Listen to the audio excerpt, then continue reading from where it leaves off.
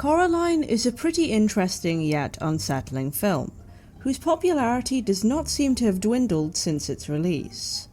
Originally a 2002 horror fantasy novella by Neil Gaiman, it was adapted into a stop-motion animated film in 2009 by Laika Studios, directed by The Nightmare Before Christmas's Henry Selick. It was also adapted into a graphic novel by P. Craig Russell in 2008. I was lucky enough to come across it in a library one day, and what can I say, I love comics. And thus entered a generation of children's worst nightmare. This film freaked me out as a kid, and I swore I would never watch it again after seeing it on DVD once.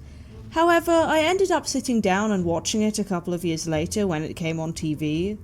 I remember my cousin walking in and being really creeped out by it, which I think pretty much sums up the film's vibe. I actually ended up finding the book creepier in hindsight, but I'll get into that more later. Anyway, Coraline has definitely made a cultural impact, and still has an active fanbase. Since I haven't watched this film in years, I wanted to see if it was as wacky and spooky as I remembered, especially as it has hit a milestone this year. So, will the film give me the creeps nowadays? Let's find out. Without further ado, on with the review.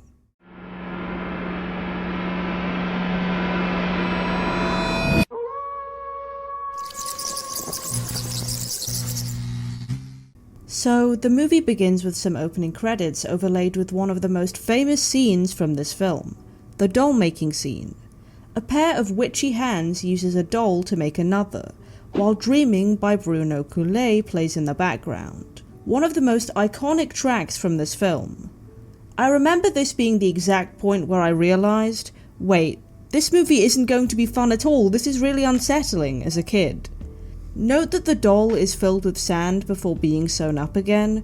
This kind of visual will be relevant later. Next, we see Coraline Jones and her family move from Michigan to the Victorian Pink Palace apartments in Oregon.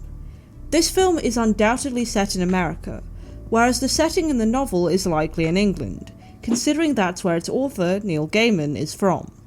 Coraline is voiced by Dakota Fanning, who's actually appeared on the channel before as Sally in that weird Cat in the Hat movie with Mike Myers. Coraline doesn't really seem too happy about moving, but she explores the surrounding area. She's actually being followed by a black cat that will play a more significant role later on, but she runs away after being creeped out by it. I don't know if it's the setting, the running motion, or if this was on purpose, but the sequence of her running away really reminds me of a similar scene from Disney's Snow White. The cat appears once more, and Coraline tells him that she's looking for an old well and tries to find it via dowsing? I'm sorry, but this is why you shouldn't mess around with stuff like this, kids. Find me a church. I've done everything everybody else wants to do. Find me a church to go to. Suddenly, a mysterious figure on a motorcycle comes hurtling down the hill towards her, terrifying Coraline and crashing next to her. This, however, turns out to be a boy named Wyborn, or Wyby, who lives in the neighbourhood. Wyby is voiced by Robert Bailey Jr., and he doesn't appear in the book. The two argue a bit, and Wyby tells Coraline that she is, in fact, standing on the well, as the top is just covered in mud due to the poor weather. Please note that Coraline has also accidentally stepped into a ring of mushrooms that are surrounding the well here. Regardless of all that, the well is supposed to be really creepy anyway. Supposed to be so deep.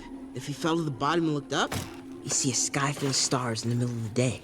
Sounds like something we saw earlier, eh? Anyways, while Coraline seems to take an interest in this, Wyby tells her that he's surprised she's moved in, as his grandmother owns the Pink Palace and usually doesn't let families rent it, although he refuses to elaborate on why that is. Again, this will come up later. This movie is pretty detailed in its storytelling. Wyby and Coraline exchange names, but Coraline remains cold towards Wyby, despite his attempts to make conversation. Wyby's grandmother calls him from the distance, giving Coraline the opportunity to antagonize him immediately. I didn't hear anything. Oh, I definitely heard someone. Why were you born? I can't lie. While you do root for Coraline throughout the film, and she does grow to become a formidable character, this exchange really put a bad taste in my mouth. It's such a cruel thing to say. I suppose it is there to show that Coraline isn't perfect and that she is just a kid who won't always do the right thing. It will also provide us with a nice character arc by the time the film ends. The film cuts to the next day, where we see her inattentive, workaholic mother, Mel Jones, voiced by Terry Hatcher. Her mother refuses to let Coraline play outside that day as it will bring mud into the house, and we receive some lore about the family having been in a car accident on the way there. Coraline also receives a small package with a note from Wybie stating that he found its contents in his grandmother's trunk. The doll that was made at the beginning of the film, which now clearly resembles Coraline. Spooky, huh? Hey, Dad. Yep, it's the computer dad guy from all those memes. Much like her mother, Coraline's father, Charlie Jones, is a workaholic and is quite neglectful of Coraline. Charlie is voiced by John Hodgman, who has worked on shows like Phineas and Ferb and Adventure Time, as well as starring in the dumpster fire that was movie 43.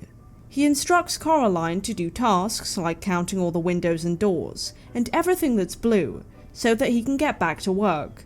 And I feel like all of this could be rectified if Coraline just had a sibling to play with. Yeah. Coraline obliges, finding various leaky windows and discovering how disgusting the bathroom is. While putting away some snow globes, she notices an old painting of a rather glum-looking boy in blue, who has dropped his ice cream. Personally, I found old paintings that weren't in museums really creepy as a kid, so I'd be covering that up with a blanket or something. Seeming to have lost her doll, Coraline finds it between a box and what appears to be a little door. She gets her mother to find a matching key, but when they open it, there's just bricks behind it. I don't know, I would just assume it was once a crawl space and leave it at that. I don't know what serial killers used to live there. Maybe that joke's a bit on the nose actually. Anyway, we see more of Coraline being neglected by her parents at dinner, where she's served some kind of gruel by her father, who is trying to remain cheerful about it. She complains to her mother that she never cooks, to which her mother responds that she'll go shopping as soon as they finish the catalogue they're working on. Honestly, this is just depressing. That night, Coraline is woken up by a mouse, whom she follows to the little door. When she opens it this time, there is a long, colourful passageway leading to a similar small door, which leads to a house almost exactly the same as the one that Coraline has moved into. There are little differences though, like the blue boy still having his ice cream in this version of the painting.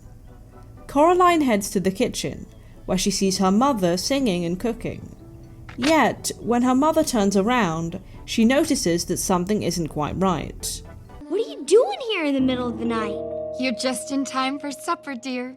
This being explains that she's Coraline's other mother and instructs Coraline to go and fetch her other father for dinner. When Coraline enters the other father's study, she finds him at a piano. After she comments that this cannot be right, as her father doesn't play the piano, the other father says that this piano plays him and begins a cheerful sounding song. Making up a song about Coraline. She's a peach, she's a doll, she's a pal of mine. Fun fact, while the other father is still voiced by John Hodgman, his singing voice is provided by John Linnell, one half of the American alt-rock band They Might Be Giants. Upon rewatching this with that knowledge, you can definitely tell, and Linnell was a great match for Hodgman's speaking voice. Another thing to bear in mind, which becomes infinitely more apparent on further watches of the film, is that the song's lyrics become quite alarming when you know what's going to happen later on. When she comes around exploring, Mom and I will never ever make it boring. Our eyes will be on Coraline. As opposed to the slop that was fed to Coraline in her world, Coraline is served a feast at dinner, complete with a literal gravy train, milkshakes, and a welcome home cake.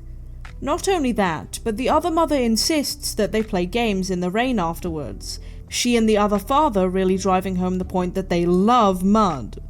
Laying it on a bit thick, don't you think?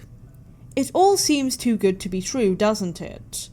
Coraline notices that the other mother is tapping her fingers on the table as if impatient, and it does seem more like she's running through lines in a script rather than displaying any genuine affection for Coraline. The girl does seem to find everything a bit uneasy and tries to go back to her other mother, saying that she should go to bed. The other parents conveniently interpret this as taking her to the bedroom in their house, which is full of talking dragonflies and plushies, reanimated turtle skellies, and the bedside photo of her schoolmates even talks back to her. Hey, how's it going, Loper? Where's your swappers and chook? To all my Michigan-dwelling homies out there, does anyone really talk like that outside of a joking manner? I'm gonna assume the answer is no, but let me know in the comments. Coraline goes to sleep, and the next day she wakes up in her regular house, thank goodness. Finding the door only leads to bricks again, she assumes it was a dream and tries to tell her parents about it. Nevertheless, her mother insists that she go to the basement part of the building to tell their neighbours about it instead. Say you're a horrible parent without saying you're a horrible parent. Once she steps outside, Coraline finds a bunch of strange-smelling packages addressed to a Mr. Bobinski at their door, so she goes upstairs to deliver them to him. She finds Bobinski, or rather, he finds her outside eating radishes. He tells her not to go inside his house as his secret mouse circus isn't ready yet, and that the packages are simply new cheese samples to use for said circus. Bobinski is voiced by Ian McShane, who has also appeared on the channel before as Brinkman in Agent Cody Banks. Yikes. He plays a much more likeable, though eccentric character here. Bobinski is just called Bobo in the book, I suppose because it sounds clown-like, but this interpretation of the character is supposed to be Russian. Just as Coraline is leaving, Bobinski tells her that the mice have given him a message, warning her not to go through the little door, although he himself has no idea what this means. Pretty cool that he can speak mouse though, right? Coraline's other neighbours, Miss April Spink, voiced by Jennifer Saunders, and Miss Miriam Forcible, voiced by Dawn French, are two retired stage performers who I've always interpreted as living in a sort of Boston marriage situation. These two also appear to be a pair of oddballs, as they have a shelf full of taxidermied Scotties that have moved on. I've heard of people taxidermying their pets before, but keeping a whole shelf of them is a bit far, don't you think? They offer Coraline some taffy from Brighton, along with some tea, and offer to read her tea leaves for her. Miss Spink tells her that she's in danger, but this just leads to an argument between the two women, resulting in some very bizarre advice. Never wear green in your dressing room. Acquire a very tall stepladder. And be very, very careful. Outside, Coraline bumps into Wybie, and although things start off cold again, they begin to warm to each other. Wybie explains that he's never been inside the Pink Palace, as his grandmother says it's dangerous. She once had a twin sister who was stolen one day. Hint hint, this will be relevant later. Despite all the warnings, Coraline leaves some cheese for the mice that night, and follows them to the door once again. Just like before, Coraline finds the other mother in the kitchen, who is now using the cheese to cook. She tells Coraline to get her better father from the garden, as he's hungry as a pumpkin. Coraline then goes outside, where she finds a beautiful garden. The other father is travelling on a strange praying mantis contraption that can both walk and fly. Once they take off, Coraline notices that the garden is now in the shape of her face. I wonder how much therapy Coraline is going to need after all this. After dinner, the other mother introduces Coraline to the other Wybie, who doesn't have the ability to speak. I thought you'd like him more if he spoke a little less, so I fixed him. Okay, I know that Coraline is a kid and this is all part of one big manipulation, but that's a huge red flag. What do you mean you thought she'd like him more so you fixed him? How much power do you have? How did you fix him exactly? The two children go to the other Bobinski's house, where the mouse circus is complete, and they give an adorable and impressive performance. This is one of the most remarkable sequences by Leica in this film, and I think the stop motion really shines through here. Back in the real world, Coraline goes shopping with her mother and wants to buy a pair of orange and green patterned gloves, but her mother says no. Coraline then refuses to go grocery shopping with her and rejects her mother's semi-apologies of, "I'll make it up to you later," causing Coraline to be left home alone. Sadly for her, Kevin McAllister isn't around either. Wrong holiday anyways. Coraline manages to open the door, and the cat disapprovingly watches her go through the tunnel again. She finds a stack of cupcakes and some new clothes paired with a note on the kitchen table. I'm sorry, but once again, this is so frustrating to watch as an adult because these are textbook manipulation tactics. She's giving you things because she wants something in return. When stepping outside, she's greeted by the cat, who she assumes must be some kind of other cat. Key feature missing there, Coraline, no button eyes. I'm not the other anything. I'm me. The cat is voiced by the instantly recognizable Keith David, who, like Ian McShane, also appeared in Agent Cody Banks as the CIA director. By the way, this film pretty much solidified my love of cats, and we'll see why later. He explains that he's been travelling between the two worlds for quite a while, and is capable of doing so by himself without the use of the door. You probably think this world is a dream come true, but you're wrong. The other Wybie told me so. Although there have been hints that all of the niceties in this world are a front, this is the first bit of confirmation that we've had from a character that something isn't quite right here. Just as he's explaining this, the cat gets distracted and runs off, so Coraline goes to the other Miss Spink and Miss Forcible's house, where she finds the other Wybie. Miss Spink and Miss Forcible put on a show, the first half of which I can't really show a lot of due to YouTube's guidelines. If you know, you know. After the opera segment, things appear to go wrong, but this turns into a trapeze act where Miss Spink and Miss Forcible are revealed to be a pair of young, slender women in suits. The other parents pick up Coraline and tell her that she can stay there forever if she wants. But there is a catch. She must sew buttons into her eyes. So sharp you won't feel a thing. Ow! The eyes are the windows to the soul after all. Coraline insists on going to bed, but she can't sleep, finding herself trapped in the other world.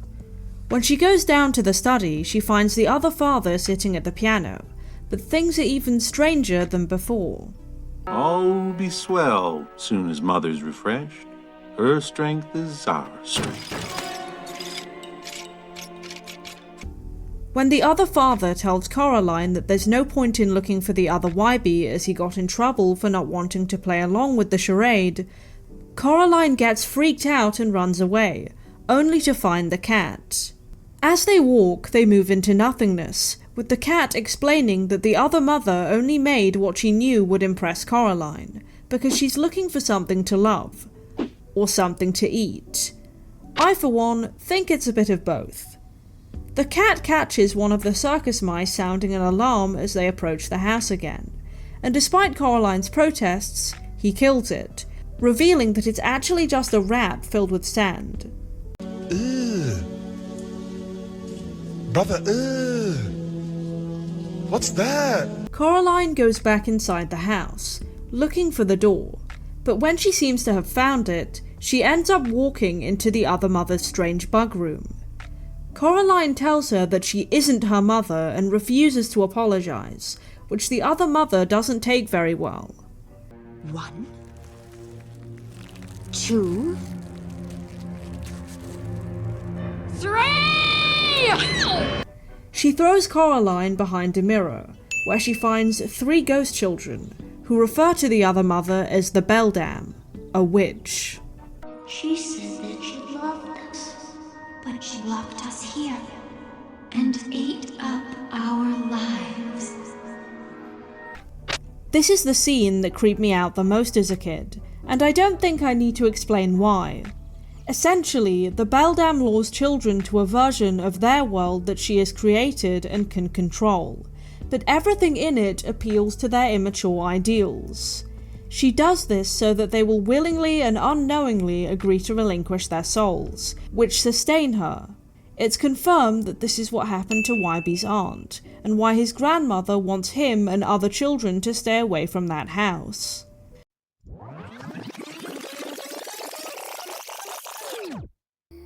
You probably think this world is a dream come true, but you're wrong.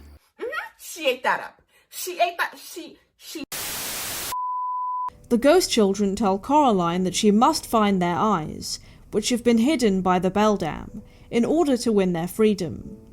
Just then, the other Wybie pulls Coraline from the mirror, his face sewn into a grotesque smile. He takes her to the little door but can't go with her. Heartbreaking stuff, guys. Coraline's parents aren't home when she arrives, but Wybie, the real one, is at the door. She takes him inside and shows him the little door, but he simply doesn't believe her story and cycles away in terror. Still unable to find her parents, Coraline visits Miss Spink and Miss Forcible, who give her a hagstone. That night, she makes makeshift effigies of her parents out of pillows to sleep next to, but the cat wakes her up. He leads her to the mirror in the hallway, where she sees that her parents are trapped. Next, she finds a couple of dolls in her parents' likeness, which Coraline burns. Coraline resolves to save her parents, and the cat advises her to challenge the Beldam to a game.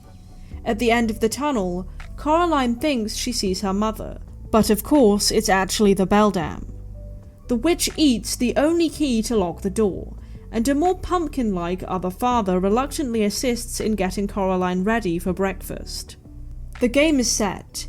If Coraline is able to find where the Beldam is hiding her parents in the eyes of the ghost children, the Beldam must set everyone free. If she loses, she will relinquish her eyes to the Beldam. Kinda high stakes, but I don't think the horrible old hag would agree to it otherwise. Coraline wanders through the garden, looking for the first eye, but the plants and bugs around her have become much more hostile.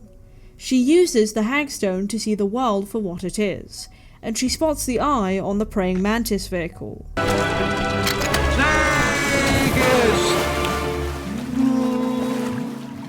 The other father became more of a slug sand creature in the book, but I think the pumpkin goes well with the gardening motif here.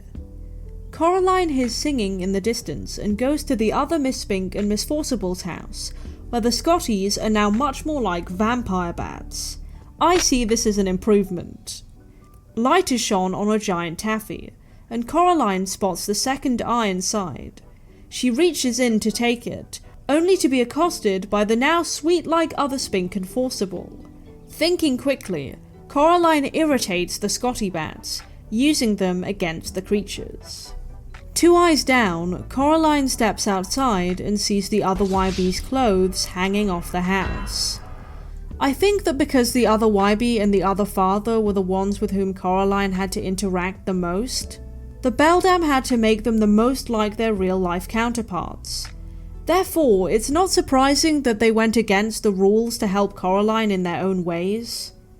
Coraline confronts the other Bobinski next, who literally dangles the third eye in front of her, insisting that staying in the other world would be a better choice. You're just a copy she made of the real Mr. B. Not even that anymore.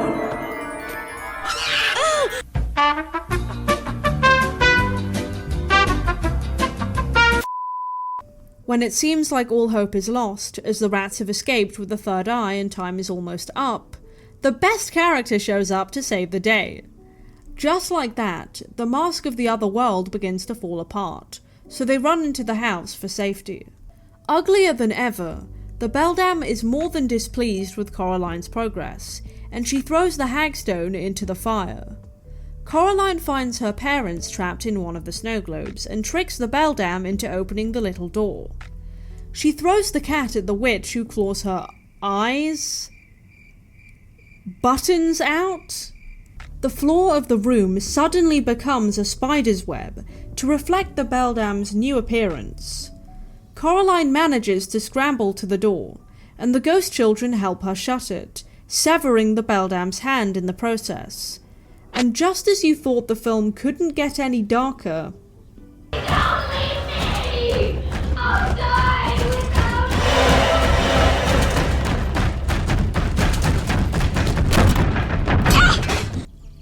Thankfully, the snow globe is suddenly broken, and Coraline's parents are back. The cat comes to visit her that night, and she apologizes for throwing him at the Beldam. However, she has a nightmare where the ghost children, now in heaven, tell her that she is still in danger as the Beldam will come looking for that key. The Beldam's hand follows Coraline out to the well, but Wybie arrives to save her just in time. The hand then attacks him, but Wybie manages to crush it with a rock after they struggle with it. You know, I'm glad you decided to stalk me. It wasn't my idea. Told you guys, best character. The next day, Coraline's parents host a gardening party, where all the neighbours are invited. Bobinski tells Coraline that the mice say that she is their saviour, and she meets Wybie's grandmother to tell her what happened to her sister. As the camera pans out, the garden appears to be in the shape of the Beldam's face, and the cat disappears into the other world, suggesting that the trouble is far from over. So, what did I think of Coraline after all these years? At the very least, I can see why it stayed so popular since its release. Coraline explores some quite dark themes and conveys some moral lessons for children, the most obvious being, looks can be deceiving and stranger danger. It also doesn't shy away from the fact that people who tend to be the targets of those with ill intentions are often those who are vulnerable. Coraline is a child who isn't really getting what she needs from her parents. Something is missing from her life, a void that the Beldam could easily pretend to fill. There are also many references to European folklore surrounding witchcraft. The ring of mushrooms that Coraline comes across is sometimes called a fairy ring, and it's considered bad luck to step into one, as they are often associated with witchcraft. Of course, there's also the hagstone, and I don't think I need to elaborate much on the idea of witches eating or otherwise harming children. This idea has been used in many different stories, both old and new. Now, I've pointed out some small variations between the book and the film, but there are two main differences that stand out to me. One is that the book has much faster pacing than the film. For example, the Beldam doesn't wait to make the button eyes offer to Coraline in the book. The obvious reason for this alteration in the film is to pad out the runtime, but it also makes sense, as Coraline would be more likely to agree to it if a rapport was built up. The second difference is that Coraline feels much more isolated in the book than in the film, the main reason being that there is no Wybie in the book. This really increases the sense of loneliness surrounding the character. Figures like the other father are also much less willing to help her, so she has to be much more careful and independent. For example, the ending where the hand goes down the well is all planned out in the book. So I've really been driving home the point that Coraline has a cult following. If not for the other things I'm about to discuss, this is easily demonstrated by the sheer amount of discussion and theory videos about the movie. You could even say that this has gotten out of hand considering that there are analysis videos compiling and critiquing some of the most popular, and or ridiculous, Coraline theories out there. The main idea that I subscribe to is that the Beldam wasn't actually defeated, given the hints at the end, although I do believe Coraline made it home in the end. I also appreciate the videos that explore visual cues but don't necessarily veer into tinfoil hat territory. Outside of being adapted from a novella into a graphic novel and film, Coraline has also been adapted into two musicals, one in 2009 and another that will premiere in 2025. The story also appears to have been adapted into an opera in 2018, which I find very intriguing. I haven't seen the opera nor the 2009 musical, but I would be happy to review them in the future if you would be interested in that. I briefly touched on this during my Paranorman review, but Coraline revolutionized using 3D printing to make stop-motion puppets, although these puppets were printed in black and white and had to be hand-painted. The stop-motion footage was filmed using stereoscopy with two different cameras to achieve a 3D effect, which still holds up in the film, even when you're not watching it in 3D. Please check out Leica's videos that I've linked in the description. Their process is really admirable, and feature-length stop-motion films take several years to complete. The music in Coraline is also one of the most distinctive parts of the film, hence my pointing out some bits earlier. Apparently, They Might Be Giants were originally hired to create the film's entire soundtrack, but the filmmakers were looking for something creepier, with the Other Father's song being the only piece they contributed to the film. Coulee was then hired for the rest of the soundtrack, and I can't say that was a bad decision considering what we got in the end. So, what are my final thoughts on Coraline? While this film terrified me as a child, I can definitely say I look back on it and its source material fondly. There's something very gripping about this story that makes you want to go back to it time and time again. With it making such a splash at the box office for its 15-year anniversary re-release, it's clear that I'm not the only one who thinks that either. Whether it's for the dark yet whimsical plot, stunning visuals, or intrinsic details carefully woven into this film, Coraline is a film that I will always recommend. Well, that's all for this video. Don't forget to like and subscribe, and as always, thanks for watching. Too spooky for you. Too spooky for you.